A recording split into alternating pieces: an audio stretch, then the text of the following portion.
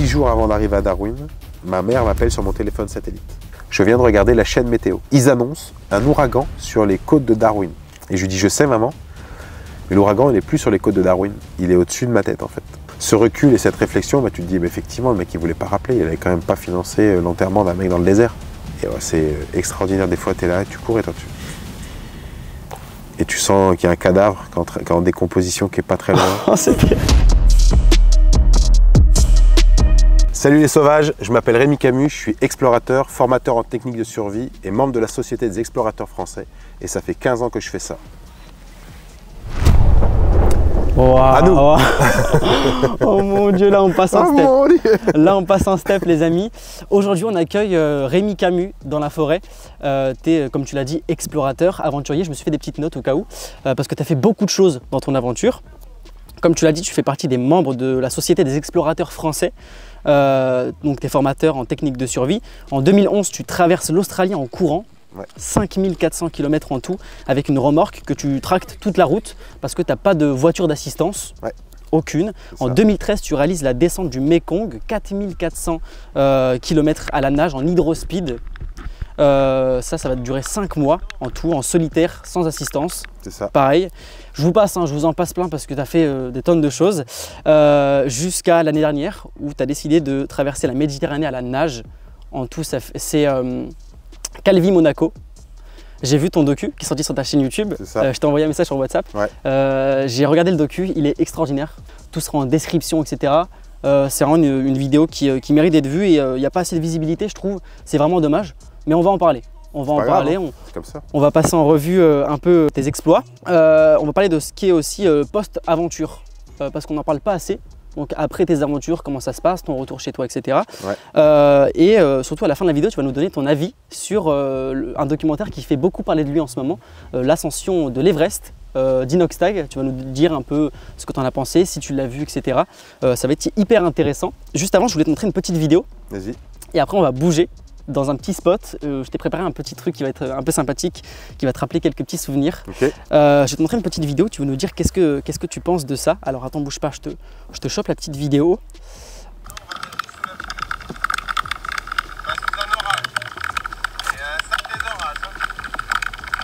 Là, je suis en train de descendre le Mekong en hydrospeed. Je suis au Cambodge et c'est le 3e ou 4e orage que je me prends dans la tronche. Et là, celui-ci, en fait, je l'ai vraiment au-dessus de moi. La vidéo, je l'ai cuté un peu parce qu'elle était un peu plus longue. Mais en fait, l'orage, je le vois arriver derrière moi. Et en fait, je sens que ça va être de plus en plus gros. Et je sors de l'eau au dernier moment. Je crois que c'est l'une des fois où j'ai nagé le plus vite pour sortir de la flotte. Ouais. Une autre fois, c'est parce que j'avais besoin d'aller aux toilettes. Et donc, j'ai pas le mettre très vite. Okay. Mais cette fois-ci, je suis sorti de l'eau parce que j'avais juste la trouille de me prendre l'éclair sur la tronche. Et je suis sorti de l'eau, il y avait un bateau qui était sur le côté. 3 personnes à bord, ils m'ont fait monter, super sympa. Et ils m'ont dit reste là pour t'abriter. Et l'éclair a pété à, je sais pas, 30-40 mètres d'où est-ce qu'on était. Et la structure métallique du bateau était juste à côté de moi et je me suis pris une décharge dans la main en étant paralysé. Ça n'a pas duré longtemps, tu vois, 10-15 secondes. Et ça, où je me suis dit, ouais, t'avais quand même bien fait de sortir de la flotte, quoi. Et tu ressens quoi quand tu vois que ça commence à te péter juste au-dessus, que tu te prends des bourrasques devant, la pluie sur ta tête, le tonnerre, la tempête? T'as peur un peu? T'as pas le temps d'avoir peur parce qu'il faut être pragmatique et réfléchir tout de suite à ce qu'il faut faire sur la suite.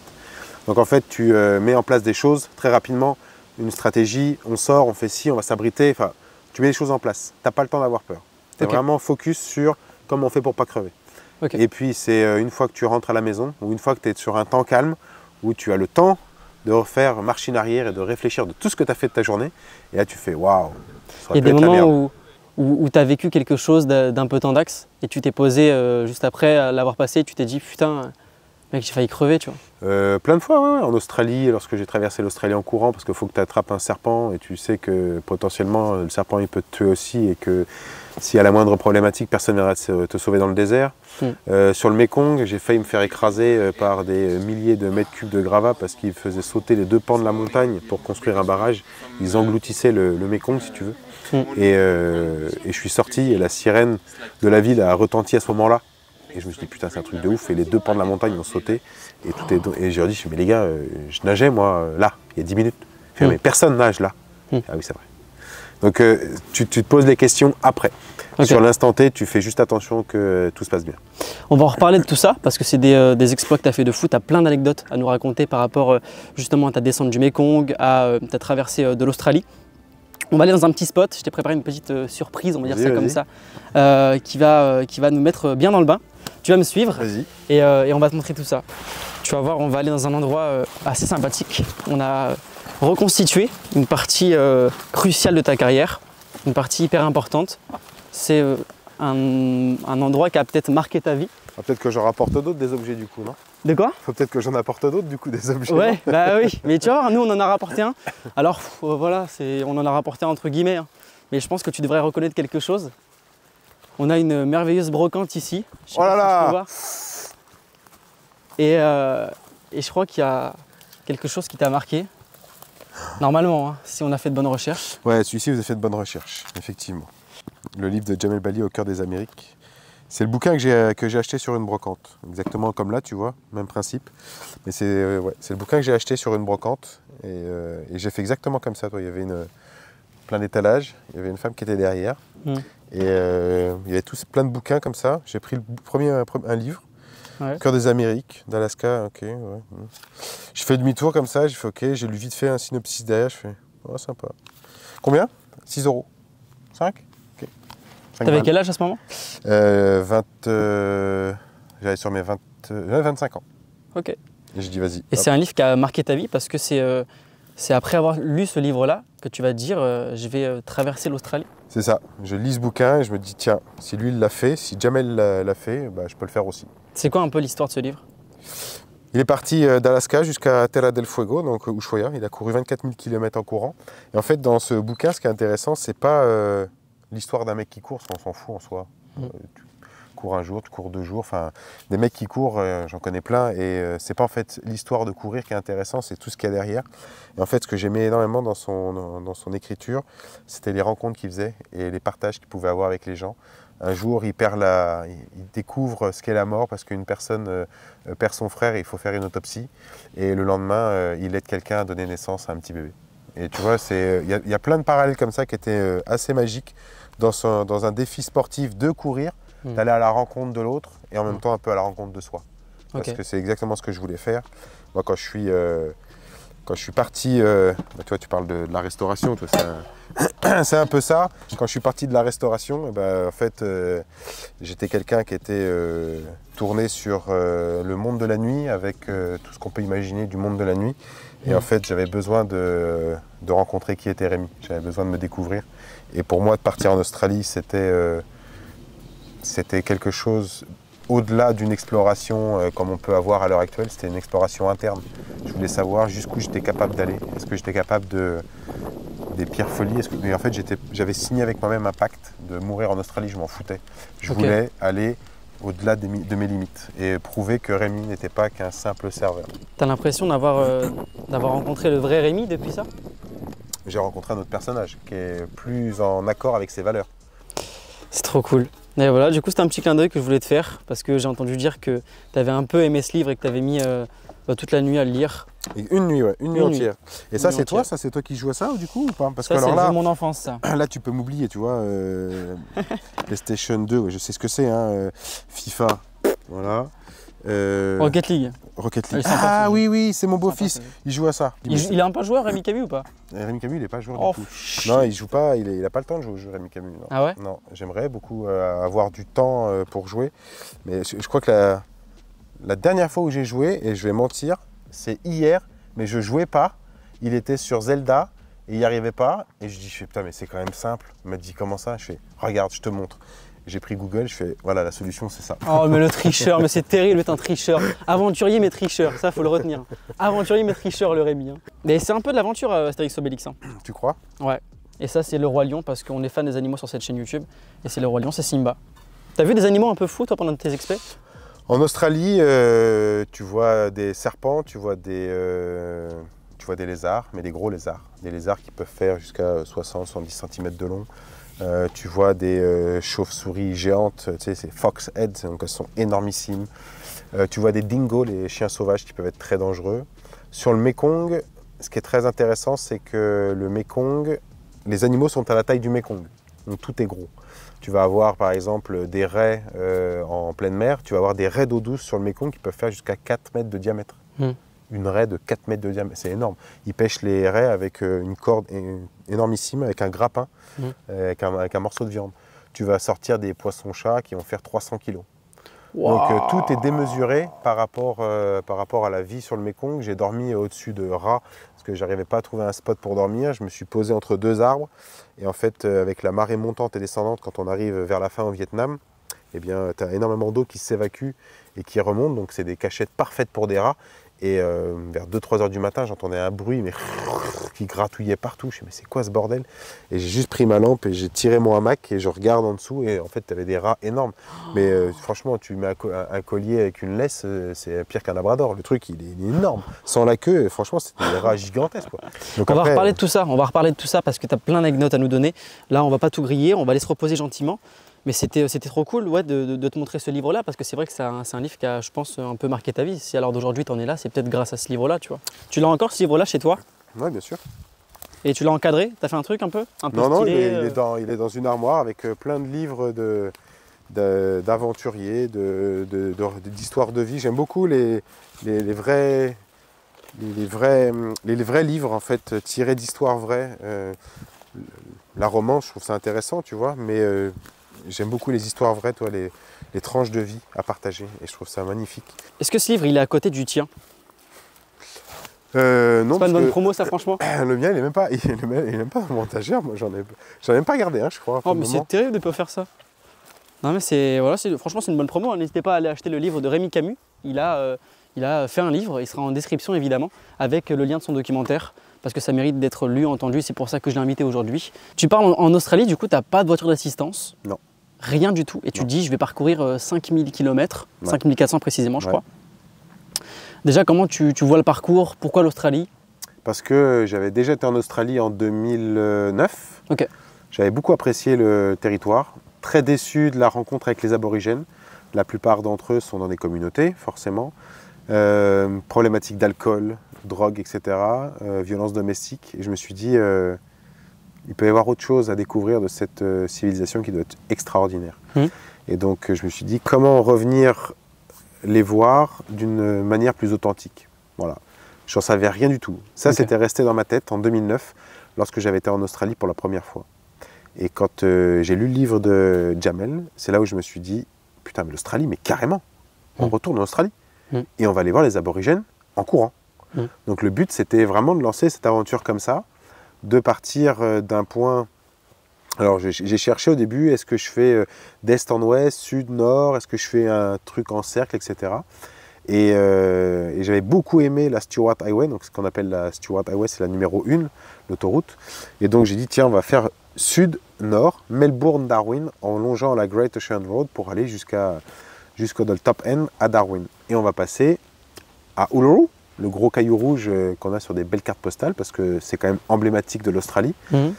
Et c'est là où je me suis dit, est-ce qu'autour de ce caillou, il n'y a pas des communautés aborigènes qui sont très rattachées à cette culture de ce qu'ils appellent le Dreamtime, etc. Donc j'ai cherché et j'ai trouvé 2 communautés. La première s'appelle Kaltukatjara et la deuxième s'appelle Mutijulu. Les 2 communautés sont c'est des communautés jumelles, si tu veux. Elles parlent le même langage qui s'appelle le Pitjantjatjara.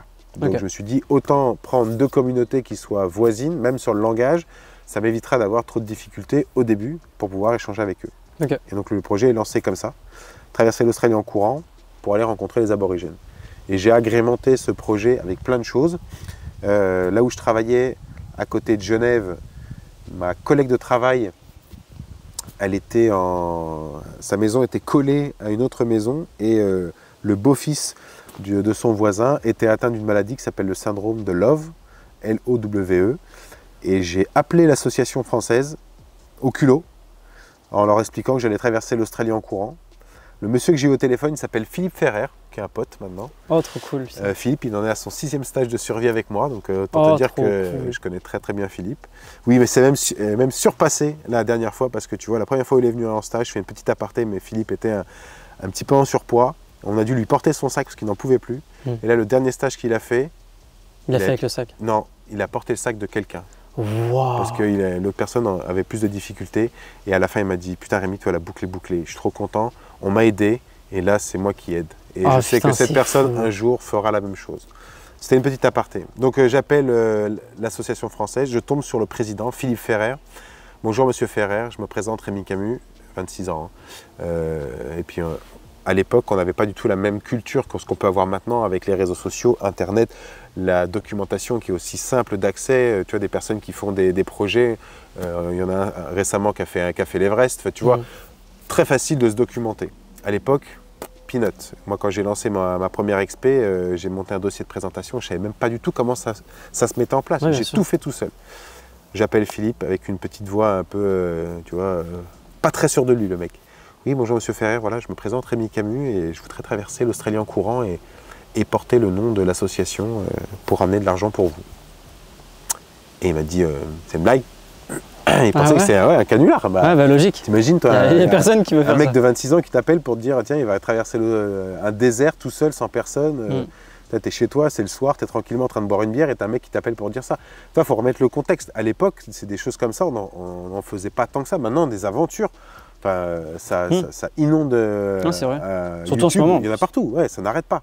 À l'époque, c'était pas du tout quelque chose qui était aussi connu, tu vois. Et on a fait une réunion par téléphone et il a accepté.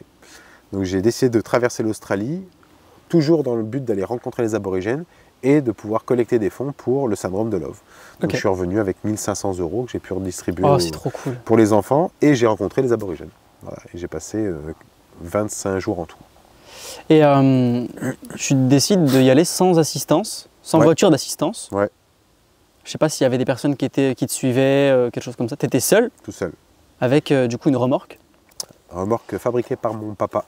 Et en fait, tu vois, c'est toutes ces choses-là, je trouve, qui manquent énormément dans de la documentation, d'expériences, aventures, etc. Parce que quand tu as du budget, quand tu as vraiment des gros budgets, une préparation, elle peut être chiadée et tu peux avoir tout ton staff qui peut être autour de toi pour filmer, etc. Quand tu n'as pas beaucoup de budget, tu fais avec les moyens du bord. Et ça, c'est priceless. Ça, c'est des trucs à filmer parce que, en fait, tu redeviens beaucoup plus humain. En fait, les gens, ils peuvent s'identifier à toi, de dire « Ah ben en fait, il est comme nous, quoi. » Il en a chié comme tout le monde et il a fait avec les moyens du bord. Et moi, la petite remorque, on l'a faite avec mon père. Si j'avais su, jamais je l'aurais fait avec lui. Jamais. Il a tout voulu faire avec de la ferraille et de l'aluminium. La remorque à vide, elle pesait 10 kilos. Je lui avais dit, je dis, mais papa, mais c'est très lourd. Il me dit, ouais bon, tu t'entraînes pour ça. Hein. J'ai dit, putain, ça va être chaud. Et effectivement, c'était dur parce que je l'aurais fait faire par quelqu'un, je l'aurais fait en carbone, tu vois. Avec la remorque, elle aurait pesé 3 kilos. Quoi. Et mon père, il était quelqu'un d'un peu bourrin, donc 10 kilos. Il me dit, c'est soit on fait, soit on fait pas. Quoi. Et la remorque, il y avait quoi dans cette remorque? Le strict nécessaire pour pouvoir survivre en Australie, matelas de sol, sac de couchage, une petite tente, un peu de nourriture, de l'eau, quelques médicaments, mais tu t'aperçois que la plupart d'entre eux, tu n'en as un peu rien à foutre. De quoi réparer la remorque, panneaux solaires, de quoi nourrir, de quoi boire, que j'ai augmenté en plus parce qu'au tout début j'avais vraiment un tout petit peu d'eau, et là après j'ai augmenté jusqu'à 25-30 litres d'eau par jour. Qu'il faut trouver dans le désert. Hein. Donc c'était relativement intense. De quoi réparer la remorque. Appareil photo. Alors on n'est pas du tout sur des appareils photo ultra compacts. J'avais un gros Canon 50D avec un gros objectif. Parce que je kiffais faire de la photo et je voulais faire des belles photos, tu vois. Et j'avais ramené un trépied. Ordinateur, panneaux solaires, batterie, etc. Tu as quand même pris du stuff quand même avec, dans cette remorque. C'est ouf, ouais. Bah ouais, je voulais, tu vois, pouvoir filmer. Tu vois, si je pouvais, alors je vais pas dire revenir en arrière, mais si on me demandait de refaire l'expédition là maintenant, bon, ça serait pas du tout comme avant, tu vois. Je ramènerais un drone, je ramènerais trop de trucs, tu vois, parce que maintenant, même tu prends les dernières caméras embarquées, elles sont super quali, tu vois. Il y a Nico Mathieu, je suis une petite aparté, mais qui fait des vidéos justement de survie, je sais pas si tu vois c'est qui. Je connais très bien, ouais. Et j'adore ses vidéos, et justement lui il a pas mal de stuff et tout, et ses vidéos sont top, parce que justement il prend des drones, il prend des caméras de fou, il a du stuff de fou, et c'est vrai que ça fait des super belles images. Et après tu as des traces de... Ça fait la diff, quoi. Il faut, à un moment donné, si tu veux documenter les choses, il faut ramener du matériel. Grosse difficulté quand tu es tout seul. Parce que tu vois, j'ai accompagné à travers un projet plusieurs personnes. Il y en avait un qui s'appelle Arthur, qui a descendu le Rhône en hydrospeed il n'y a pas longtemps. Je l'ai accompagné sur la mise en place de son projet. Il y a un autre, Maxime, que j'ai accompagné en tant que parrain sur son projet. Il a traversé toute la France, de l'Alsace jusque dans les Landes, avec des personnes atteintes, porteuses du cancer, etc. Pour leur montrer en tout cas que le sport pouvait aider à la guérison de cette maladie, etc. Donc, j'essaie de soutenir des personnes qui ont des vrais messages et qui veulent se lancer dans des trucs. Et je leur ai dit, faites attention, vous êtes tout seul, vous n'avez pas de boîte de prod. C'est extraordinaire de pouvoir le vivre pleinement tout seul. Je fais la seule différence, c'est que vous allez filmer que parce que ça va. Parce que quand tout va bien, une fois que tu as monté ton petit abri, ton setup et tout est cool, c'est là où tu sors ta petite caméra, c'est « Alors regardez ce que j'ai !» Ouais, c'est vrai. Mais ça, on s'en branle. Parce que tu as besoin de le faire qu'une seule fois, et après les gens, ils ont compris. Il faut filmer quand ça va pas. Sauf que quand ça va pas, tu n'as pas le réflexe de dire « Là, je suis en train de crever. Tiens, si j'allumais la GoPro pour filmer un petit peu. » Oui. Sauf que c'est dans ces moments-là que c'est priceless. C'est ça qu'on veut voir, c'est ça qu'on veut comprendre. Pourquoi est-ce que c'est difficile? Sinon, après, tu peux le jouer et du coup, c'est plus authentique. Là, tu perds d'authenticité. Mais si tu peux vraiment filmer quand c'est la merde, ça, c'est bien. Et donc, ça a été très difficile au début de se lancer à pouvoir filmer tout ça en Australie parce que j'étais tout seul. Et quand tu te retrouves confronté à tes propres peurs, etc., moi, je suis parti d'une feuille blanche. Je ne savais ni ce que c'était filmer, ni ce que c'était de courir, ni ce que c'était de faire une expédition, ni de trouver des partenaires, des sponsors. Toute la partie préparation, j'ai tout appris sur le tas. J'ai même entendu dire que, tu vas me dire si je me trompe, mais que tu n'avais même pas forcément de petites connaissances en survie. Alors, je n'avais pas de connaissances en termes de survie pure. Ouais. La chance que j'ai eue, c'est que, tu vois, on est dans une forêt et moi, j'ai grandi dans un environnement qui était à peu près similaire à ça. Okay. Ma maison familiale, où est-ce qu'on habitait, on était à peu près à 500 mètres de la forêt. Ouais. Donc, tous les mercredis, j'étais dans la forêt. Tous les week-ends, j'étais dans la forêt. Moi, je passais toutes mes vacances dans la forêt, au bord de la rivière, parce que c'est le seul endroit où je me trouvais bien. Est-ce que tu saurais me citer l'un des moments les plus marquants de ton expérience en Australie? Ouais. Le moment le plus difficile que j'ai eu, c'était de boire ma pisse dans le désert pour pas crever. Ça m'a marqué. Et tu te poses vraiment des questions existentielles, te dire est-ce que je dois le faire? Est-ce que ma vie en dépend? Alors boire son urine, c'est vraiment la chose à ne pas faire. On ne boit jamais son urine parce que c'est chargé de toxines, etc. Donc tu vas réingurgiter les choses que tu veux évacuer, tous les déchets que tu veux évacuer de ton organisme. Donc c'est pas le truc à faire. En revanche, si il n'y a rien d'autre autour de toi de liquide à consommer, en soi, il y a ce qu'il faut dire sur toi pour pouvoir l'utiliser.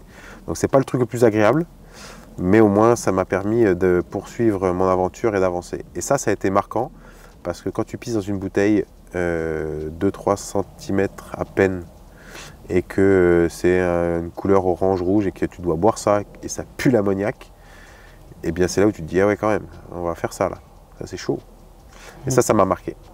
Ça m'a marqué sur le fait de me dire, moi ça m'a concerné pendant mon aventure, sur les 100 jours que j'ai dû faire pour traverser l'Australie en courant, probablement des gens doivent se battre toute leur vie pour avoir un accès à l'eau.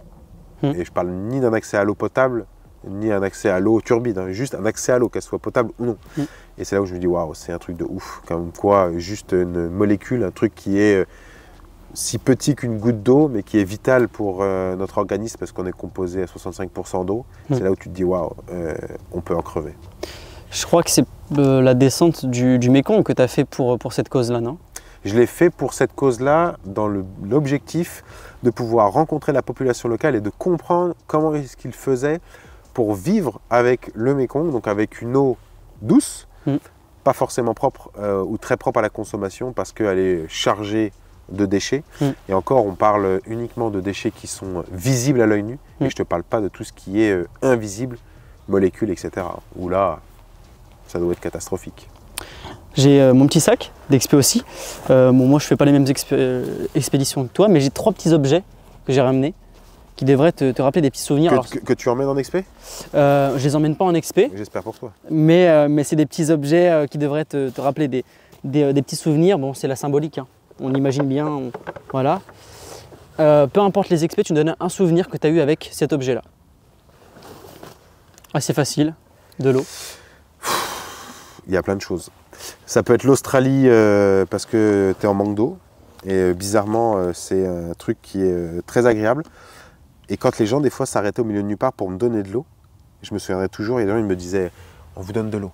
Elle n'est pas très fraîche. » Et l'eau était comme ça. Et je fais « Elle est très très bonne. » Parce que moi, je buvais de l'eau dans ma remorque. L'eau était à 40 degrés. Ouais. Donc j'ai dit, mais elle est très très bonne votre. Moi j'étais aux anges, je fais, putain, mais c'est de l'eau fraîche et tout. Ouais. Non, elle n'est pas très fraîche, elle est juste dans la voiture avec la clim, donc vous savez, pas très fraîche. Mais moi, elle me va très bien. Ouais. Donc ça me rappelle effectivement l'Australie. Ça me rappelle également ma dernière expé, la traversée entre Calvi et Monaco en totale autonomie. Parce que bizarrement, c'est l'une des choses les plus difficiles à obtenir quand tu te retrouves en pleine mer. Il y a de l'eau partout, il y a des milliards de mètres cubes de flotte, impropre à la consommation. Et si tu la bois comme ça, la seule chose que tu risques de faire, c'est de vomir, parce que tu vas avoir trop de sel, ton organisme ne peut pas le gérer, tu vomis. Et donc il faut transformer l'eau de mer en eau douce. Et donc là j'avais un petit dessal, un dessalinisateur, où je pompais pour avoir de l'eau. Pour avoir à peu près cette eau en quantité, il me fallait 1h30, 2 heures. Oh. Donc autant te dire que quand je voyais l'eau qui coulait dans ma petite bouteille, tu étais là, tu vois le truc qui monte tout doucement, tu dis, eh ben putain, on n'est pas arrivé. Hein. Mais ça, j'avais déjà fait 8 heures de nage dans la journée, tu vois, et en plus, il faut faire ça, tout gérer à côté. Donc c'est là où tu te dis, c'est un truc de ouf. Et en plus de ça, vraie problématique, je ne sais pas où tu as rempli cette eau-là, au robinet probablement.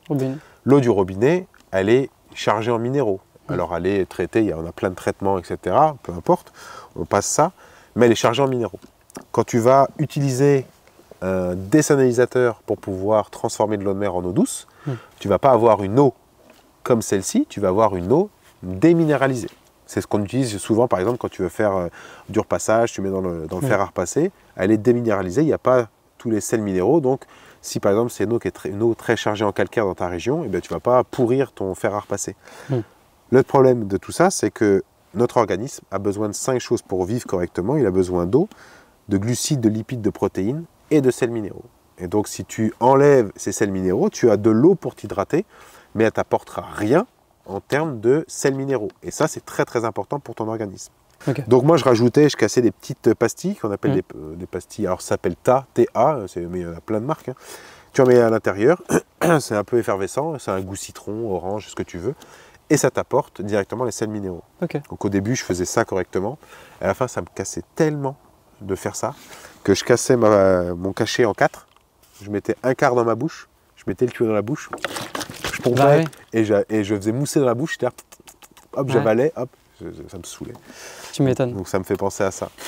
On va passer au deuxième objet. Lui aussi, il devrait te rappeler quelques petits souvenirs. Alors attends, bouge pas, faut que je l'attrape. Allez, là. Un couteau. Gros avantage, c'est que quand tu l'as à portée de main, eh bien, quand tu te retrouves avec des gens et tu ne connais pas vraiment leurs intentions, tu peux mettre ta main sur ton couteau. Même si tu ne le sors pas, c'est dissuasif. Et le gros avantage, c'est que quand tu l'utilises pour pouvoir travailler, hop, tu fais du travail la nuit surtout. Si tu laisses tomber ton couteau par terre, c'est fini. Moi, c'est ce que je dis à mes stagiaires. Si vous laissez traîner les choses par terre en pleine nuit, considérez comme perdu. Parce que ce sera très difficile à retrouver. Vous aurez peut-être de la chance, mais vous allez perdre du temps pour chercher directement vos objets. Le fait d'avoir un couteau et d'avoir l'étui à cet endroit-là, quand je le range, il y a une petite rétention et quand je le pousse, tu entends un clic. Et je sais qu'il est rangé et il est dans son étui et il ne bouge pas. Donc il est toujours à portée de main et comme ça je l'ai avec moi. Ok. Bah, merci beaucoup. C'est adorable, mais il n'est pas très affûté. C'est ma mère qui l'utilise pour la cuisine, mais bon, écoutez les gars, on va pas faire la même erreur. Hop, on va mettre là. Et le troisième objet, normalement, il est quelque part par là. C'est la couchette.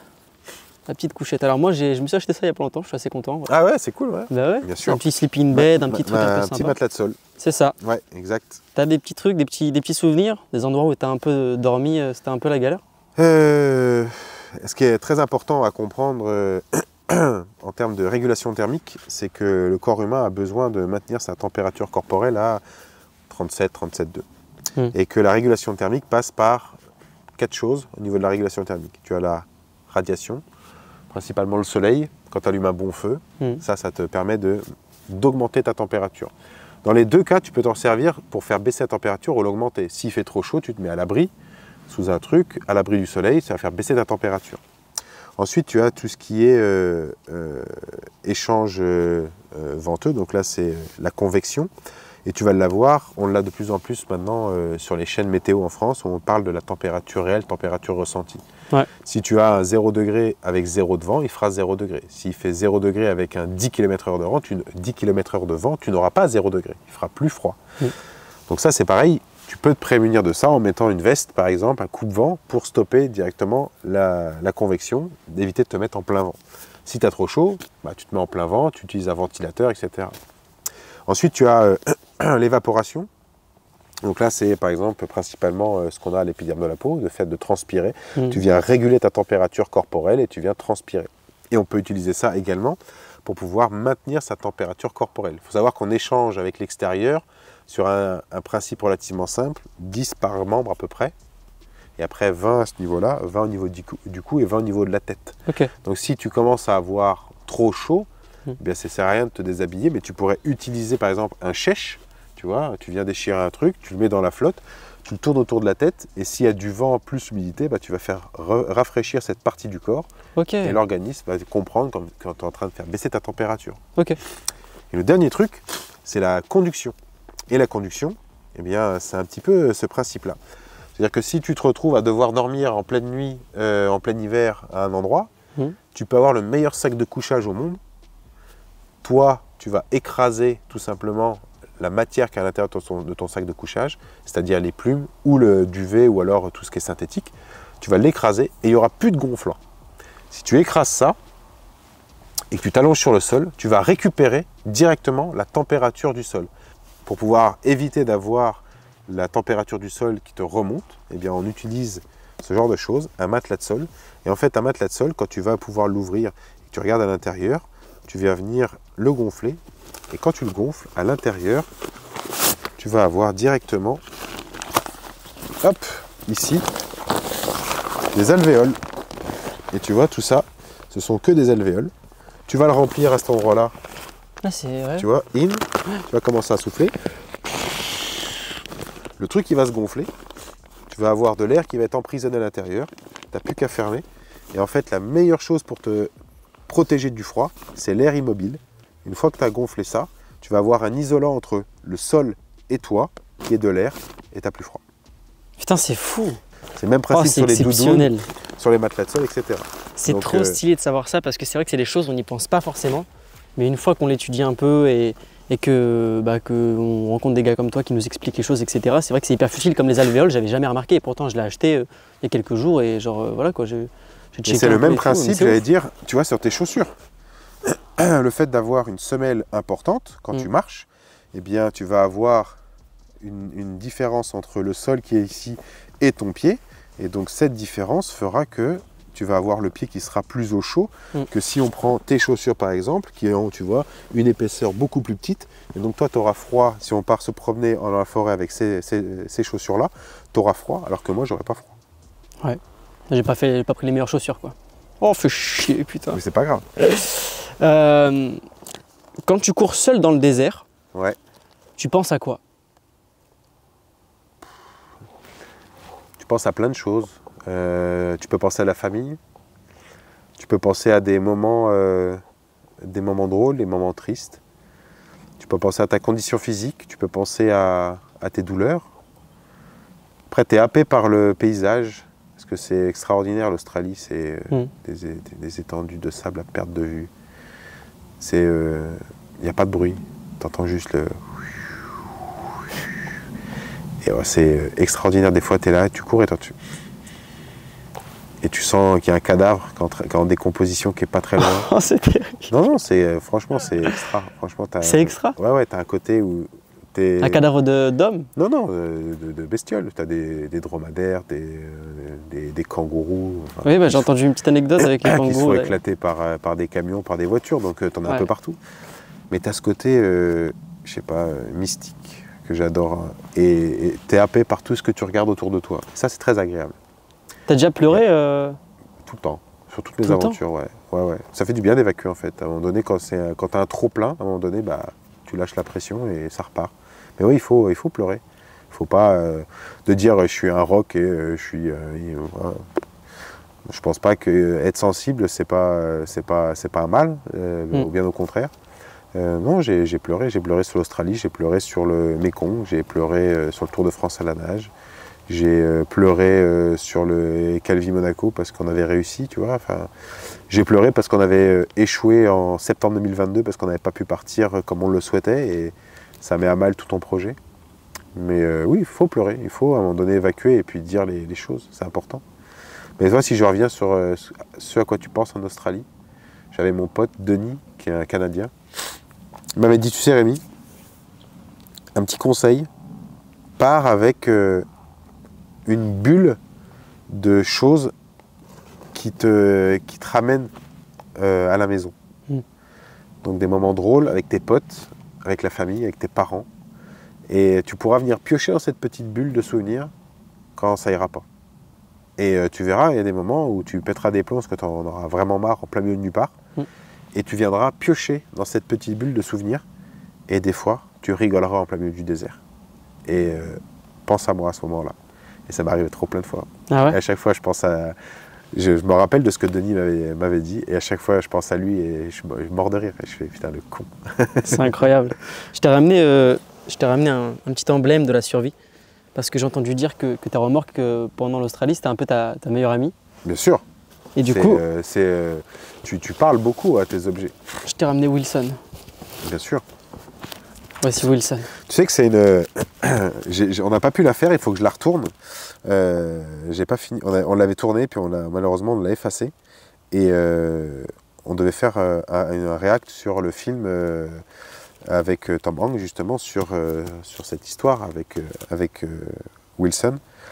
Et on avait fait le tournage, on a tout effacé malheureusement, il faut qu'on recommence. Le film en lui-même, j'ai pas vu une seule faute. C'est un 100%, enfin un 10 sur 10 ? Ouais, un 10 sur 10. Franchement, tout ce qui met en place... Que ce soit dans le réalisme ou dans la réalisation ?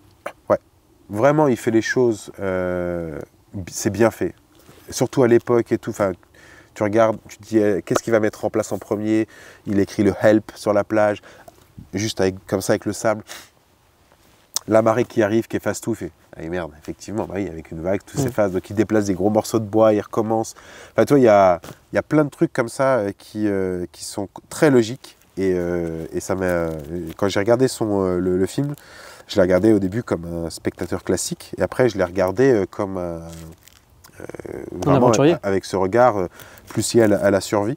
Et ça m'a beaucoup rappelé l'Australie où je parlais à ma remorque toute la journée. Ah ouais. Bien sûr, en fait, à un moment donné, quand tu es tout seul au milieu de nulle part, tu as besoin de retrouver un truc pour te raccrocher, tu vois. Tu as besoin de parler, tu as besoin d'échanger, tu as besoin de dire quand ça va pas. Et en fait, si tu n'as pas... toi, c'est ce que je dis à mes stagiaires, peu importe la finalité, la chose, à un moment donné, qui est essentielle à un être humain, c'est le partage et les rencontres. Tu peux faire l'aventure la plus dingos à travers le monde. Le truc de ouf. Si tu rentres à la maison et il n'y a personne à qui tu peux partager ce que tu as vécu, l'histoire s'arrête. Et on a besoin, toi, de ces rencontres, de tous ces partages. Et c'est ce qui fait que les aventures, même à l'autre bout du monde, elles sont magiques. Et de pouvoir échanger, parler et donner du temps à quelqu'un, c'est extraordinaire. Moi, je sais que je parlais à ma remorque parce que j'en avais besoin. Tu vois, je lui expliquais, bon, là, tu vois, il y a ça, bon, là, ça m'emmerde parce qu'il faut monter. Là, tu me pousses au cul parce que c'est lourd. Puis il y a la descente. Tu t'es engueulé avec elle un jour ? Oui, bien sûr. Ouais, bien sûr. Alors, tu peux pas dire, reste là, tu m'emmerdes et je me casse. Elle va pas te répondre. Mais je l'engueulais, tu vois, parce que des fois, ça montait et elle était lourde à tirer. Et putain, mais... Puis t'es à bout. Ouais, bien sûr, bien sûr. Les conditions extrêmes font qu'à un moment donné, tu peux pas te contenir et tu dis les choses. Sauf qu'il n'y aura pas de répondant. Hélas. Mais tu fais la voix off. Tu parles sa voix ? Bien sûr. En fait, tu pètes un câble, en fait, presque. Exactement comme faisait Tom Hanks lorsqu'il parlait directement à Wilson. Il posait une question et il lui disait oui, je vois bien que ça te plaît pas, hein. Et en fait, il n'a pas de réponse. Mais lui, dans sa tête, il a sa réponse. Il est en fait, il se pose une question. Et en fait, ce petit truc-là, bah, c'est lui. C'est lui en fait, et c'est un miroir, et il lui parle comme si c'était un humain, et en fait la réponse il l'a déjà, et il interprète ce qu'il aimerait entendre, etc. Et donc je faisais la même chose, et je parlais, je fais oui, je vois bien que ça te fait chier que je me mette à cet endroit-là. En fait c'est parce que ça me faisait chier moi aussi, tu vois, et je trouve ça très intéressant. C'est trop cool, c'est pour ça que je voulais en parler, et je l'ai fait de manière physique pour que les gens aient la ref, et que toi aussi. Mais je trouve que c'est un truc, tu vois, c'est hyper emblématique, tu vois. C'est vrai que tu perds la boule quand tu es seul. Mais tu as besoin d'avoir de communication. Une personne avec toi pour pouvoir échanger, parler, parce que c'est le propre de l'humain. S'il n'y a pas de partage, bah, on perd quelque chose d'essentiel, en tout cas au niveau des valeurs. Tu vois, moi, depuis que je suis jeune papa, eh bien, je parle plus de partage avec ma fille, mais je parle de transmission. Et tout ce que je connais, j'essaye de lui transmettre pour qu'elle devienne une adulte responsable, etc. Et je me dis, peut-être qu'un jour, tu prendras peut-être le flambeau et ce sera toi qui viendra, je sais pas quoi, et je m'en fous d'ailleurs. Que tu deviennes une aventurière aussi, une exploratrice, ou que tu décides de faire une carrière dans n'importe quoi, je m'en fous. Mais j'aurais donné tout ce que j'avais, toutes mes connaissances, pour que tu partes avec un bagage qui soit exceptionnel. Et si tu n'as pas ces notions-là de partage, de rencontre, en fait c'est fade. Tu vois, moi, l'Australie, au-delà de parler des aborigènes et des personnes que j'ai rencontrées, en fait j'ai rencontré une autre personne. Et j'ai rencontré mon père, tu vois, à construire la remorque. Oui, c'est vrai. À se prendre la tête tous les deux. Mais t'es vraiment qu'un con, tu comprends rien. Je fais, comment ça, je suis qu'un con? Mais faut pas couper comme ça. Je t'ai dit que c'était 15 de centimètres, t'as fait 17, c'est de la merde. Je fais, oui, bah c'est bon, gueule pas, papa. Il fait, ouais, mais c'est encore de la merde. Voilà, après, c'est moi qui dois réparer tes conneries. Hein. Et c'est des moments qui sont. Tu vois, à ce moment-là, j'aurais pu avoir une caméra cachée et filmer tout ça. C'est le plus beau cadeau, tu vois. Le jour où tes parents, le jour où ton père, ta mère partent, etc., tu as un souvenir. Toi, il n'est pas que dans ta tête, mais tu as une tranche de vie qui est extraordinaire, où tu vois juste un père, un fils, toi, une maman, un fils, une fille, peu importe, en train de vivre quelque chose de fort. Et là, tu te dis, putain, c'est extraordinaire. Mon père qui prend part à mon aventure, même si ça le faisait chier de voir son fils partir, traverser l'Australie en courant, il a accepté de construire cette remorque, même s'il savait qu'il ne voulait pas le faire. Mais il s'est dit, bon, je vais l'aider, parce que si ça continue, il va faire un truc pourri, il va crever, et ça va être encore... Je vais le regretter. Donc autant que je l'aide, de toute manière, il a ça dans sa tête et il ne veut pas faire autre chose. Donc je vais respecter ce qu'il veut faire et je vais l'aider. Et ça, c'est important, tu vois. Et tu as réussi. Et j'ai réussi. Et j'ai traversé l'Australie et j'ai réussi. 100 jours, 5400 bornes. 100 jours? Ouais. On n'en a pas parlé du nombre de jours, mais 100, c'est énorme. 100 jours, ouais. 3 mois, je crois, non? Ouais. Un peu plus? Ouais. 100 jours, 5400. Wow. Tout à l'heure, on en parlait là-bas, mais tu nous as dit que tu as rencontré des animaux un peu spéciaux, genre des serpents. Ouais, j'ai rencontré plein de serpents en Australie. Dangereux? Bah, je suis pas un spécialiste des serpents. En revanche, je sais reconnaître un serpent. Et en Australie, les serpents, pour beaucoup, ne sont pas les amis les plus sympas de l'homme, tu vois. Donc je pars du principe où, si je trouve un serpent, pour moi, je le classe dans la catégorie dangereux. Ouais. On va pas juste faire une exception parce que, ah oui, mais lui, il a une petite frange sur le côté. Ouais. Non, on s'en fout. Ça peut bouffer. Donc, on fait attention. Ouais. Et quand tu te retrouves confronté à un serpent et que tu te dis, putain, faut que je mange, j'ai faim, et la nourriture, elle est là, quoi. Faut l'attraper. Et tu te dis, oui, mais lui, il veut juste pas crever. Donc, il faut trouver le juste milieu, tu vois, et te poser les bonnes questions. Est-ce que ce que je vais déployer sera suffisamment gratifiant et j'aurai ma victoire et j'aurai mon serpent à manger. Donc, je suis encore là, donc c'est que ça s'est bien passé. Tu as fait un face-à-face avec un serpent? Exactement. C'était quoi comme serpent? Je crois que c'était un brown snake. Et c'est dangereux, ça? C'est dangereux. Et tu l'as dégommé? Alors, je ne l'ai pas dégommé. Au début, j'ai pas fait le malin. La problématique de chasser les serpents en plein après-midi, c'est que eux veulent réguler leur température corporelle également. Donc, ils sont un peu agressifs. Tu vois, vraiment... ils sont plutôt cachés, et donc quand ils se déplacent pour X raisons, parce qu'on les a délogés ou n'importe quoi, bon, ils sont un peu énervés. Et là, ils se déplaçaient, ils partaient d'une zone, et donc il faisait 50 degrés. Hein. Et j'ai trouvé un morceau de bois, légèrement fourchu, tu vois. Et en fait, j'ai tout simplement coincé, si on prend ça à la longueur du serpent, tu vois, j'ai bloqué le serpent avec ma fourche, tac. Une fois qu'il était bloqué, j'ai relâché un tout petit peu la pression. Ok. Et le serpent, du coup, il a pris le chemin le plus court. Et j'étais plus proche de la tête. Il a reculé. Et quand tu arrives proche de la tête, clac, je l'ai rebloqué. Et j'ai pu couper la tête. Et après, t'enterres la tête au cas où. Au cas où qu'il y en a un qui s'arrête dans le désert avec sa voiture pour aller pisser. Ah oui, parce que même sans la tête. Tu peux toujours avoir tu vois, les glandes qui viennent délivrer du venin, quoi. Donc j'ai récupéré le serpent et après j'ai pu manger. T'as mangé un kangourou aussi? J'ai mangé un kangourou, pas cuit, je l'ai mangé cru. Il était éclaté par un camion devant moi. Donc c'était l'avantage, c'est que il était devant moi, quoi. Donc quand il est 9 h du matin et que t'as pas mangé, t'as ton petit déj de servi, enfin. Mais c'est toujours particulier, ce que tu dis, comment les gens peuvent interpréter ça quand tu es à quatre pattes en train de dévorer un kangourou. Et tu t'imagines, là on est dans la forêt, il y a un chevreuil qui passe, qui se fait buter par une voiture, et toi tu passes en vélo, et tu fais putain, il y a un bourget. Et tu es à quatre pattes en train de dévorer le chevreuil, et tu as une voiture qui passe au même moment, et on dit, mais il est complètement barjot lui, il est en train de bouffer un chevreuil là. En Australie, ça, les gens ils s'en foutent. Pour eux, ils passent à côté de toi en voiture, ils klaxonnent, coucou, coucou. Ils s'en foutent que tu bouffes un kangourou sur le bord de la route. Ouais, c'est étonnant. C'est terrible. Personne va trouver ça étrange, tu vois. Alors que ici, à mon avis... on te prend pour un fou. Hein. Je pense qu'on te prend pour un fou. Ouais, je pense qu'on Moi, perso, j'aurais appelé les flics. Hein. J'aurais été le premier à le faire. Exactement. Quand tu arrives à la fin de ton expérience en Australie, est-ce qu'il y a ta famille qui t'attend? Comment ça se passe? Il n'y a personne. C'est ma première expé. Faut avoir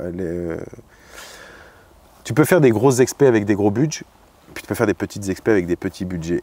Moi, c'était une expédition avec un petit budget. Je n'étais pas connu, personne ne savait qui j'étais, etc. Donc forcément, trouver de l'argent pour financer l'enterrement de quelqu'un dans le désert, tu vois, c'est pas facile. C'est ce qu'on me sortait des fois. C'est chaud, dit comme ça, c'est chaud. Ouais, mais c'est un peu comme ça quand tu vas démarcher un partenaire et que tu discutes avec lui et que tu lui expliques ce que tu veux faire en Australie, le mec il te dit je vous rappellerai. Puis il ne rappelle pas.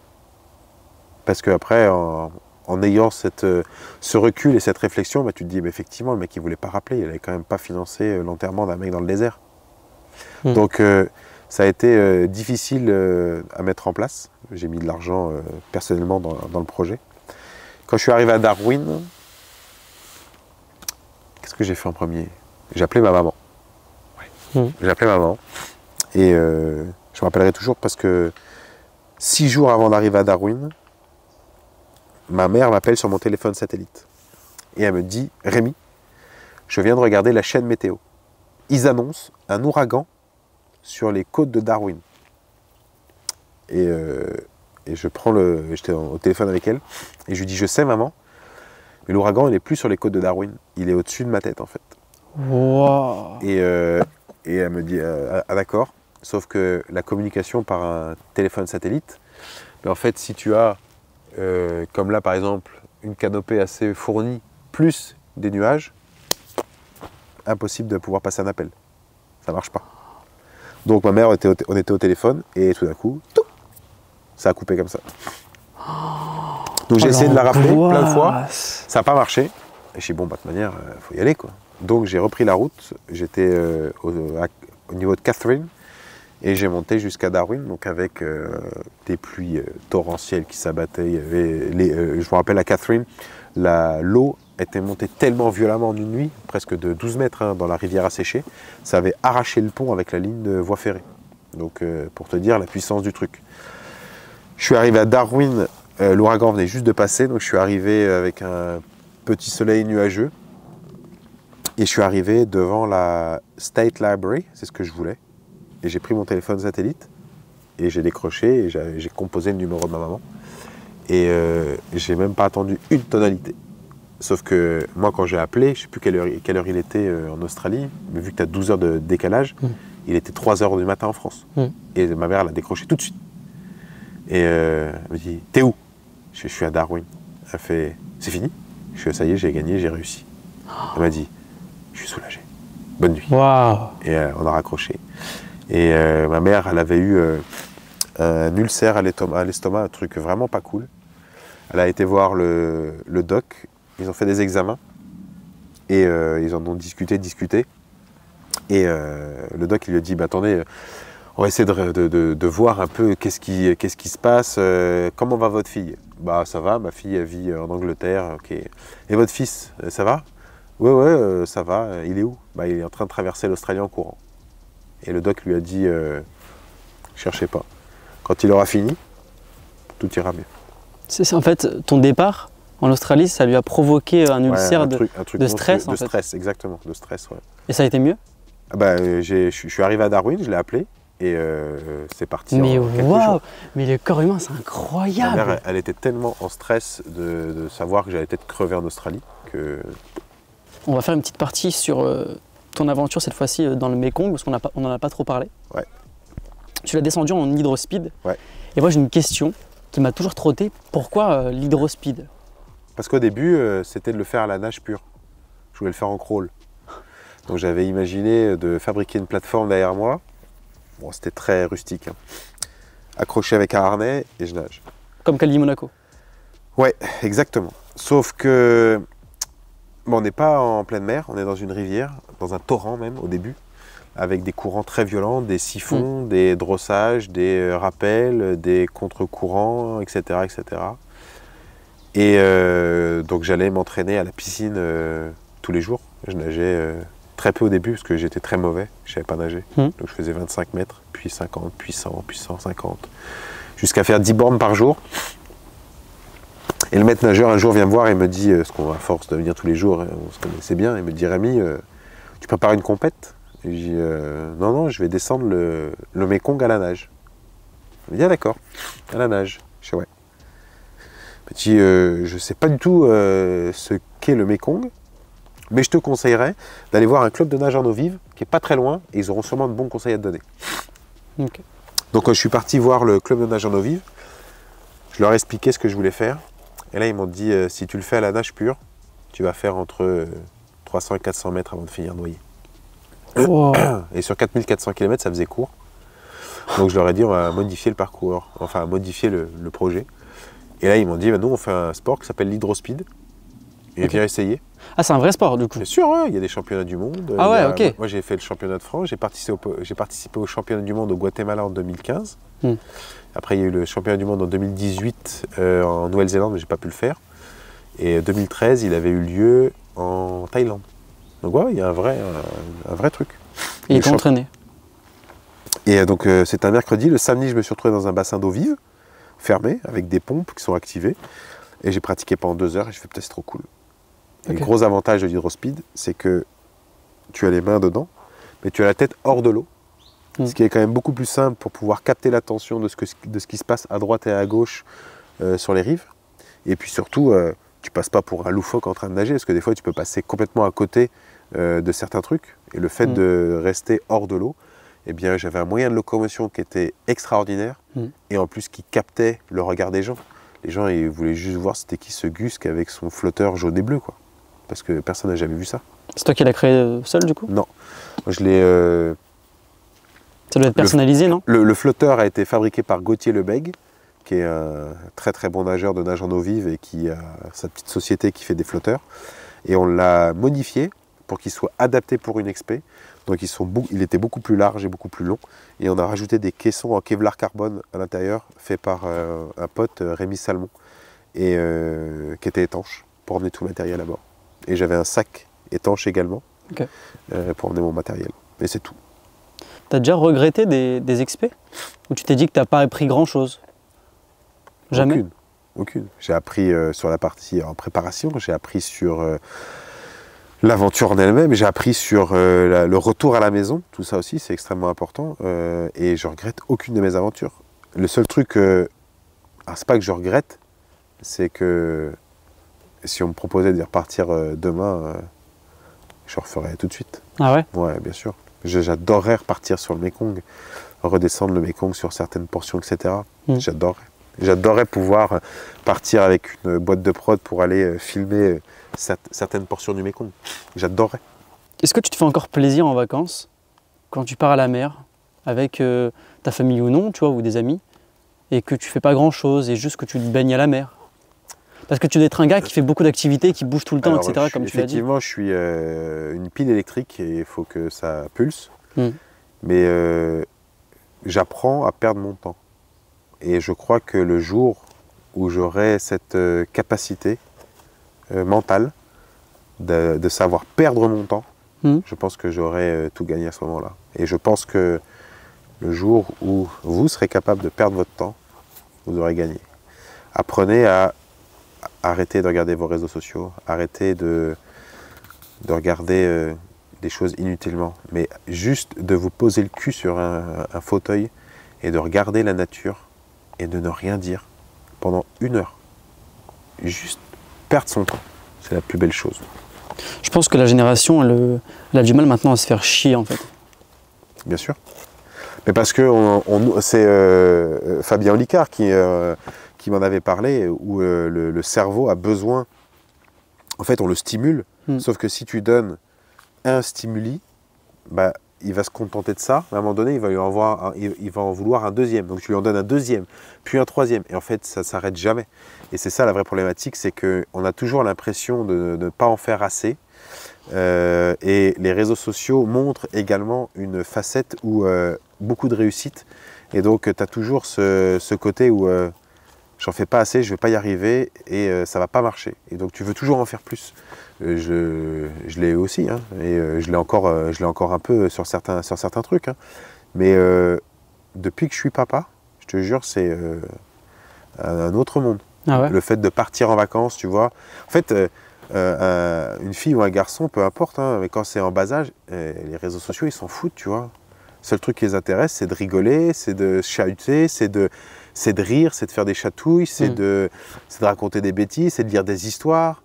Et en fait, ils sont pas du tout dans notre monde. Et moi, je les encourage, je fais, mais restez dans votre monde, continuez de rêver, et c'est extraordinaire. Et quand je pars en vacances et que je suis avec ma fille ou même avec mon beau-fils, tu vois, c'est trop bien. C'est des moments qui sont extraordinaires parce que grâce à eux, tu apprends à déconnecter. Tu as sorti un documentaire extraordinaire sur ton expédition Calvi-Monaco, que tu as fait du coup. Spoiler alerte que tu as réussi, parce que sinon tu ne serais pas là. Après, tu aurais pu échouer et puis rentrer. J'aurais pu faire différemment. Mais différemment. Il y a un de tes connaissances, peut-être, amis, je sais pas, qui lui a fait Calvi-Monaco, je crois, non? Noam, ouais. Qui a du coup eu des petits imprévus, etc. et modifié son chemin. Toi, il l'a arrêté, il l'a pas fini. Bah voilà. Il n'a pas fini son aventure. J'ai vu tes stories, etc. Et en vrai, j'ai vu même son Reels, où il pleurait, où ça le... Ouais, il n'a pas fini son aventure et normalement, il repart en juin l'année prochaine. Et je serai avec lui pour l'aider à réussir son truc. C'est fou, c'est fou. Quand j'ai vu son Reels, il m'a brisé le cœur parce que tu vois que le gars, ça lui tient à cœur, tu vois. Oui, il s'est donné les moyens, et vraiment. Mais je lui ai dit, après je sais que quand tu es dans l'émotion, mettre des mots correctement sur des choses, des fois, c'est pas si simple. Et il a dit, je me rappellerai toujours, il a dit c'est un échec, on n'a pas réussi. Et je lui ai envoyé un vocal, et je lui ai dit, Noam, ce n'est pas un échec, c'est juste une remise en question, c'est de l'apprentissage. Aujourd'hui, tu as perdu, entre guillemets, tu n'as pas gagné ton défi, mais tu as appris. Oui. Et demain, tu amélioreras ce qui n'a pas fonctionné et tu gagneras. Et c'est le propre de la vie, c'est qu'on ne peut pas gagner à tous les coups. Et même dans une notion d'apprentissage, ça reste quelque chose de très important. Et je pense qu'il avait besoin de ça. C'est important de comprendre ça, je pense, même que ce soit partout, pas forcément dans l'aventure, tu vois, mais même nous sur YouTube et tout. Quand tu comprends que parfois il faut que tu fasses des flops, que parfois il faut que tu aies des échecs, bien sûr. Même dans les relations amoureuses, peu importe, dans tout en fait. Énormément. On a besoin de se foirer. J'utilise le prétexte de l'aventure parce que c'est mon domaine. Mais en fait, tu peux le dupliquer dans plein de domaines de vie. Dans ta relation amoureuse, dans ton cercle amical, au travail, classique. Voilà, te challenger, élargir ta zone de confort est quelque chose d'extrêmement important. Quand tu fais ce documentaire du coup sur Calvi-Monaco, donc tu traverses la Méditerranée à la nage, c'est ça? Donc c'est la mer, hein. T'as pas peur, enfin tu te dis pas, putain mais à la nage c'est risqué, je vais peut-être me noyer, tu vois, t'as pas peur de ça? Alors t'as toujours des doutes, de ce que tu vas mettre en place. Après, j'avais quand même une base de travail qui était importante. J'avais fait tout le tour de la France à la nage en 2018. Donc ça, on n'en a pas parlé. On en parlera peut-être une prochaine fois si ça vous intéresse. Mais ouais. Donc je savais ce que c'était de nager. J'ai nagé pendant 3 mois et demi, 2650 km. Donc tu vois, les 180 km à la nage en totale autonomie, ça ne me faisait pas peur. Mais ce que je ne savais pas, c'était tous les aléas. Vivre en totale autonomie sur ta plateforme qui pèse 200 kg, transformer l'eau de mer en eau douce, la bouffe, gérer ta bouffe, faire à manger, dormir, gérer ton cap. Mon Dieu. Ouais, parce qu'on voit dans le docu que donc le cap, c'est plus ou moins la direction où tu pars, c'est ça? Ouais. Et en fait, avec le courant, on va dire ça comme ça, avec la houle, t'es décalé en fait. Il n'y a pas que ça. Regarde, on va prendre un exemple tout simple. Tu vois l'arbre qui est là-bas? Ouais. Celui qui penche un petit peu, le plus gros. Ouais. Bon, si je te dis, va le voir là-bas, tu vas te lever, tu vas enjamber l'arbre qui est mort à cet endroit-là et tu vas aller là-bas. Sauf que quand tu es en pleine mer, celui-là, tu ne le vois pas. Parce qu'il n'y a rien de statique. Tout bouge. Il n'y a pas un repère figé dans l'espace. Donc je suis comme ça en train de nager. Je prends le compas, je regarde, je fais OK, Monaco, c'est par là. Sauf que tu ne peux pas nager comme ça. Donc tu t'arrêtes et tu cherches dans l'espace un truc qui soit à peu près statique. Donc les nuages. Donc je regardais les nuages, les traînées de condensation des avions. Des fois quand tu avais des bateaux, des gros paquebots qui passaient au loin, même si celui-ci se déplace, ça reste un point qui est quand même visuel, donc tu peux à peu près te caler dessus. Sauf que tu es là, tu fais OK, ce nuage-là. Tu lèves la tête, tu fais putain, il est où? Parce qu'en fait, la force que tu as dans le bras droit et dans le bras à gauche ne sont pas les mêmes. Et si en plus de ça, tu as des vagues qui viennent à droite et à gauche et qui te pourbardent dans tous les sens, en fait, tu vas pas droit. Donc dès que tu es en train de nager, tu t'arrêtes. Il est où ce putain de nuage? Et tu regardes et fais. Il est là. Tu reprends ton retour et fais. Ah merde! En fait, au lieu d'aller par là, tu partais complètement de l'autre côté. Donc là, tu remodifies ta trajectoire et tu fais que ça. Donc je faisais que ça, des zigzags et tout, c'était un enfer. On voit ton chemin du coup à la fin du docu. Ouais. On voit le chemin que tu as parcouru. En fait, tu fais que ça, tu fais que des virages en fait. Je pense qu'il y avait effectivement 180 km à vol d'oiseau. Ouais. Mais j'ai dû faire 250, 260 bornes, je pense. Dans la plateforme que tu tractes, il y a quoi plus ou moins? Est-ce que ça se rapproche de la première la remorque, ouais, la remorque. Ouais, c'est similaire, tu vois, il y a panneau solaire, batterie, lumière frontale, un réchaud, matelas de sol, sac de couchage, un désalisateur, de la bouffe lyophilisée, un peu de crème, etc., de la vaseline pour mettre sur la combi, les palmes, tuba, etc. Et puis c'est tout. Seul truc que j'ai fait de différent, tu vois, on en parlait, tu vois, avec ça, avec Wilson, tu parles à quelqu'un, sauf que toi c'est quand même difficile, tu vois, c'est juste un ballon avec une main, tu vois, qui était en plus fait avec du sang. Et quand tu regardes le film, il a un médaillon. Je sais pas si tu te souviens dans le film. Je l'ai pas regardé. Alors, tu te fous de moi pour certains trucs, et l'autre, il n'a pas vu ce film-là. Je n'ai pas regardé le film. Il me ramène ça, c'est-à-dire que tu as quand même été cherché pour voilà, et il n'a pas vu le film. Parce que je sais que c'est un film, je sais que c'est un truc hyper connu. Bon, ce soir, tu regardes ça. On va le regarder, ouais. Médaillon. Et dans ce médaillon, donc c'était une petite montre à gousset, et dans le médaillon, il y a la photo de sa femme.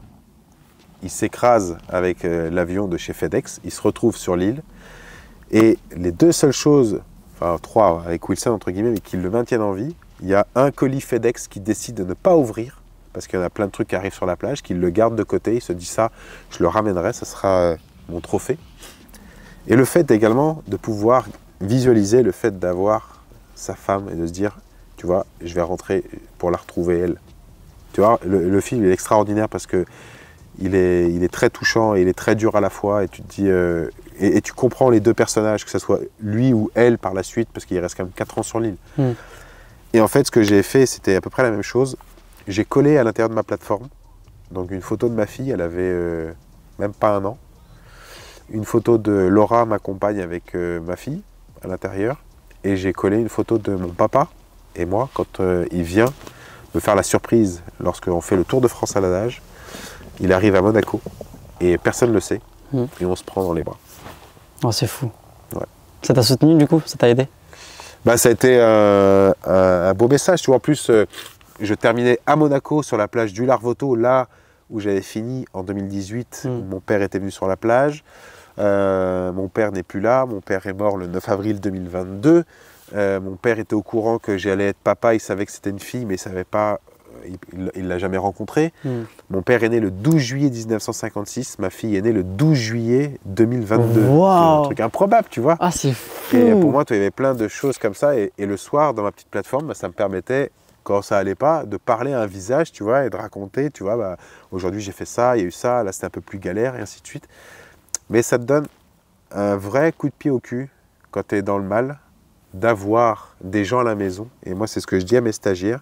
Si vous faites le choix de partir à l'aventure, sachez qu'il y a des gens qui vous laissent partir à l'aventure à la maison.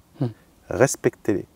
C'est extrêmement important de respecter ces personnes-là parce que s'ils n'étaient pas là, vous n'y arriverez pas. Et donc, pour moi, c'est vraiment important de les avoir proches de moi, de me dire ils me font confiance et je leur fais confiance et que ça me permet, tu vois, de donner des ailes, quoi, et d'avancer plus vite lorsque ça ne va pas ou de trouver des solutions. Quelle différence t'as trouvé lors des expéditions terrestres par rapport à celles aquatiques? T'as des préférences?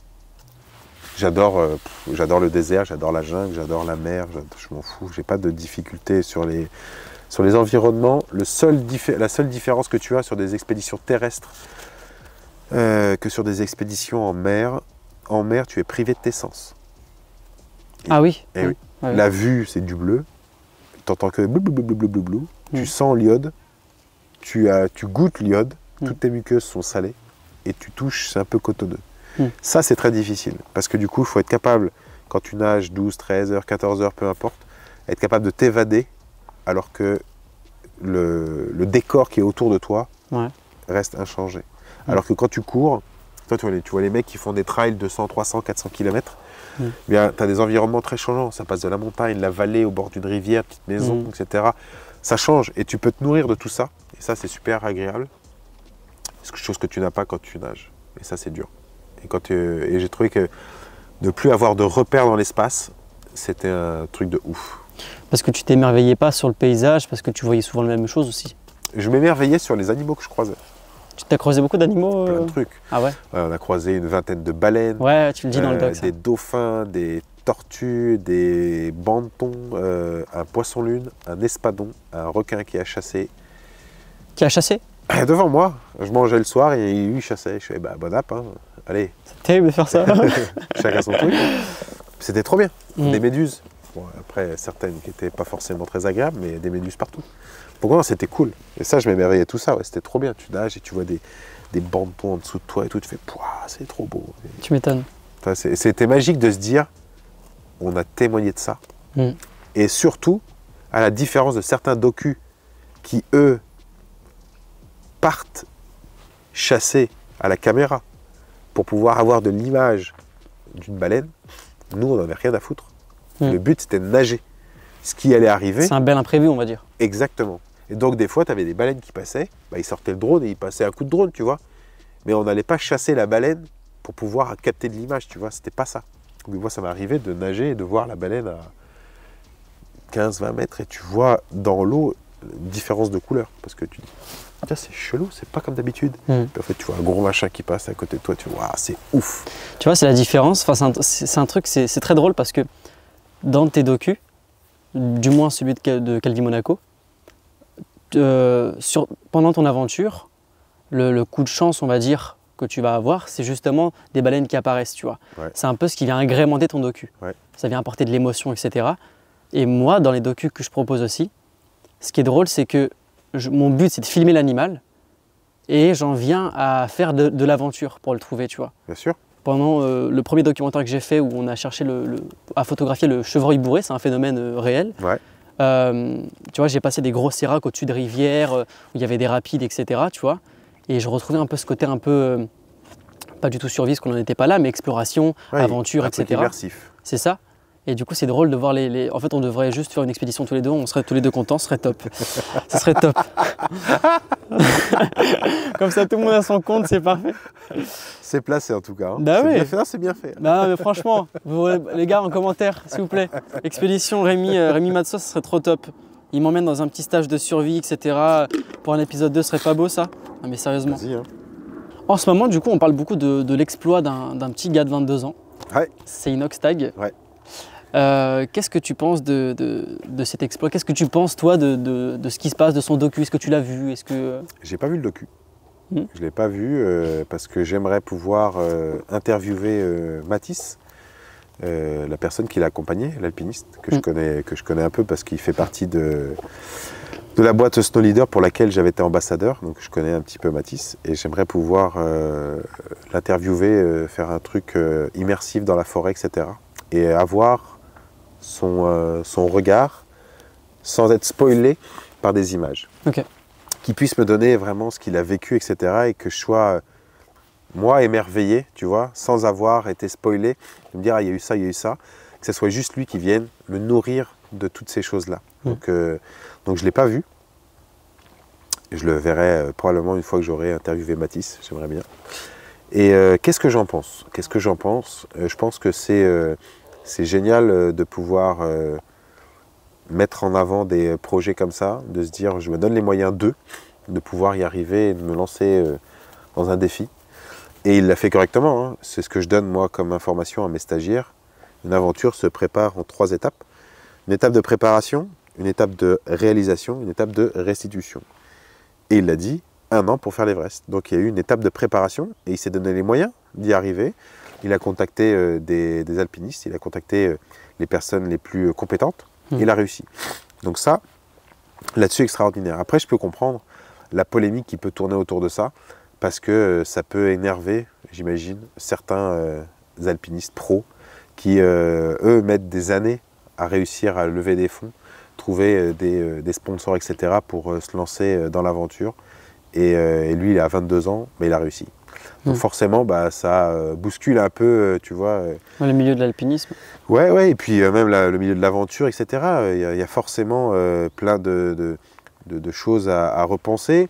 On pense au tourisme de masse qu'on a sur l'Everest. Ça devient une autoroute. Enfin, tu vois, tous les ans, on a des photos de personnes qui font l'Everest avec des clichés monstrueux après le saut Hillary, l'Osso Hillary, où tu as complètement cette dernière portion avant d'arriver sur le sommet. Ça, ouais. Et tu te dis, bah, c'est un truc de ouf.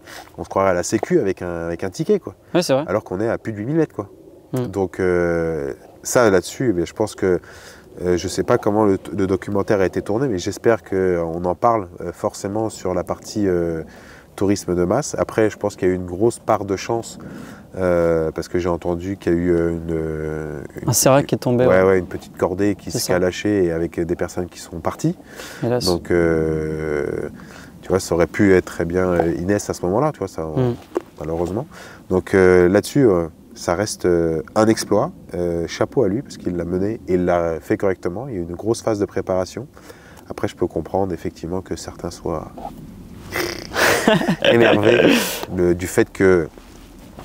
Mais il a réussi, quoi. Mais je trouve que c'est bien parce que ça bouscule un peu les codes, tu vois, même sur la partie documentaire, tu vois. On voit de plus en plus de jeunes qui se mettent à faire des docus, des gros trucs super sympas et qui présentent au Rex à Paris, tu vois. Et je trouve que c'est génial. Comme Nico l'a fait d'ailleurs. Exactement. Il m'avait invité. Pour taille. Mais je pouvais il ne m'a pas invité. Je ne parle pas. Ouais, c'est vrai. Ouais, c'est pas que ça. Ouais. Moi, il m'avait invité, mais j'étais en ciné-débat sur un autre truc. J'ai dit, je peux pas. Sur le Calvi Monaco d'ailleurs. Donc je ne pouvais pas être à son événement. Mais je trouve que c'est bien parce que ça permet vraiment de donner une autre image et ça bouscule les codes. Et je pense que c'est pour toutes ces raisons-là que les gens sont pas prêts, je pense, à accepter tout ça. C'est du nouveau, donc forcément, quand ça débute et que c'est tout nouveau, les gens se posent des questions, ils appréhendent un peu, etc. Après, il y a peut-être eu, j'allais dire, une erreur de casting. Et après, chacun l'interprète comme il a envie. Effectivement, sponsorisé par Orange et de parler de déconnexion. À la fin, quand il est... Ouais, je pense que ça peut être difficile. Donc tu as ce petit paradoxe qui peut être difficile des fois à accepter pour certaines personnes. Okay. Voilà. Mais j'ai hâte de pouvoir faire mon petite interview avec Mathis et que... J'ai hâte de l'avoir aussi. Bien, ta chaîne sera en description, etc. Si un jour ça vient à se faire, etc. On espère, on croise les doigts. T'as besoin de tousser, toi? Il est en PLS. On croise les doigts si un jour ça vient à se faire. T'as dit un jour qu'il faut être pragmatique et opportuniste avec un peu de créativité. Est-ce que c'est une phrase qui te correspond toujours? Bien sûr, encore plus à l'heure actuelle. Si tu veux faire des choses, il faut être pragmatique, il faut être opportuniste, il faut saisir les opportunités et il faut être créatif. Et des fois, je trouve qu'on manque de créativité parce que les choses viennent encore plus facilement à nous. Et je le vois, tu vois, en survie. Des fois, quand il faut monter un camp et que la pluie arrive, etc., et que c'est un peu mitigé, et les gens se disent « mais qu'est-ce qu'on va faire ?» Je fais « utilise ton cerveau, sois créatif. Vas-y, t'as plus ça, mais c'est pas grave. Tu peux utiliser un autre objet qui fera substitution et ça marchera. » Et je pense que des fois, c'est pour ça, de se mettre volontairement dans la merde, des fois ça fait du bien. Il y a un animé que j'adore qui s'appelle Vinland Saga. Oh putain, qu'est-ce que c'est que ça? Vinland Saga, en gros il y a le Vinland, c'est un endroit où l'air est plus pur, où les terres sont fertiles, où la guerre n'a pas encore pris place, tu vois. Ok. Est-ce qu'après toutes ces expéditions, toi, tu as l'impression d'avoir trouvé ton Vinland à toi? J'ai trouvé mon flow, F-L-O-W. J'ai trouvé l'endroit où je suis bien à l'instant T. Et effectivement, quand je suis dans mes expés, je ressens ce truc-là où je suis bien. En fait, je suis au bon endroit, au bon moment. Et j'ai besoin de revivre ça. En fait, ça me fait du bien. Ça me rend encore plus humain. Et je ne sais pas si j'ai trouvé un lieu, mais je cherche de plus en plus cette déconnexion et d'être capable, tu vois, de vivre reculé. Beaucoup de personnes rêvent d'avoir une belle maison avec une piscine, etc. Moi, je rêve d'avoir une grande forêt avec juste une petite clairière au milieu et d'avoir une cabane, tu vois, avec un petit poêle à bois. Et t'invites les copains et, ça serait top. Et on fait des saucisses et des patates et on raconte des conneries. Et ça me va. Ça serait top. En vrai, c'est la vie de rêve. Hein. Plus je mûris, plus je grandis, plus je fais des vidéos, etc. Et plus je m'amuse et plus je me rends compte qu'en fait, c'est ça la vraie vie. Je ne sais pas si c'est la vraie vie. En tout cas, elle évolue. Entre le Rémi qui avait 20 ans, qui sortait en boîte de nuit tout le temps et qui ne se souvenait pas ce qui s'était passé à partir de minuit jusqu'à 6 h du matin parce qu'il avait pris trop de produits, blackout total, tu te réveilles, tu n'es pas tout seul dans la maison. À celui qui est parti faire ses premières expés, etc. Et maintenant Rémi qui est papa, ben forcément il y a un gros gap. On évolue et puis on n'a plus envie des mêmes choses. Et à l'heure actuelle, je rêve de déconnexion et tu vois. C'est pour ça qu'on tourne ici. Tu entends ce bruit? Les oiseaux. Exactement. Putain que c'est bien. Je te jure, j'adore faire mes stages de survie. J'adore le spot où on est, il est magnifique. Moi aussi, je vais adorer. Il est en hauteur. Moi aussi, je vais adorer les stages de survie avec Rémi Cam. Je l'aurai un jour.